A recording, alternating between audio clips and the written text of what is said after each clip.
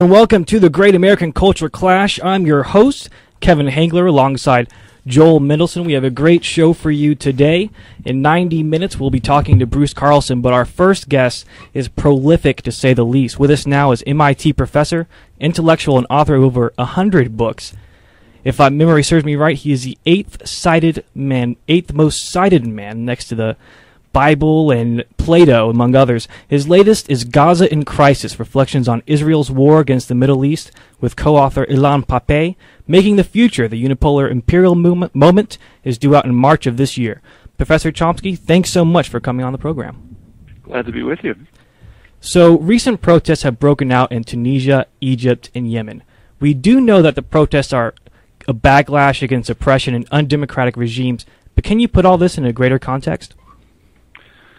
Well, the greater context, I think, was explained rather well by a well-known Middle East specialist. He's head of the Carnegie Endowment Middle East Research Center, a former Jordanian official. Marwan Washer, when this broke out, he said the standard doctrine in both within the Arab world and elsewhere is that there's nothing wrong, everything is under control.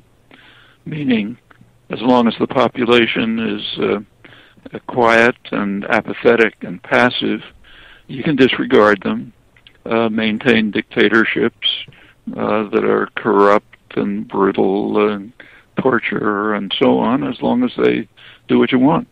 I mean, that's the definition of U.S. policy. And there's nothing new about it. We shouldn't be surprised. It's been going on first of all, it's the same everywhere else in the world, and in fact, even at home. As long as the population can be kept quiet, we'll do what we want. And it's the standard position of the powerful. Every once in a while it breaks down, and then policies have to be adjusted somehow. Tactics have to be adjusted. And that's what we're seeing.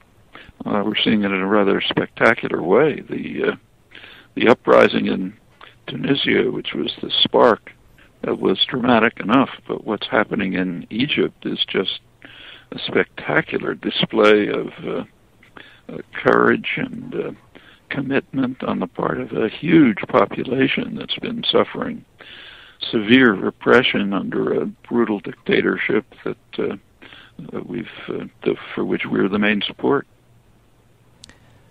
Now, Mubarak has come out and appointed a new cabinet, and it doesn't seem like the people are responding to it very well. President Obama appears to be kind of toting a fine line between support of the protesters and the Mubarak regime. What is your take on President Obama's allegiance? He's following a pattern which is so standard that it's right out of a standard playbook.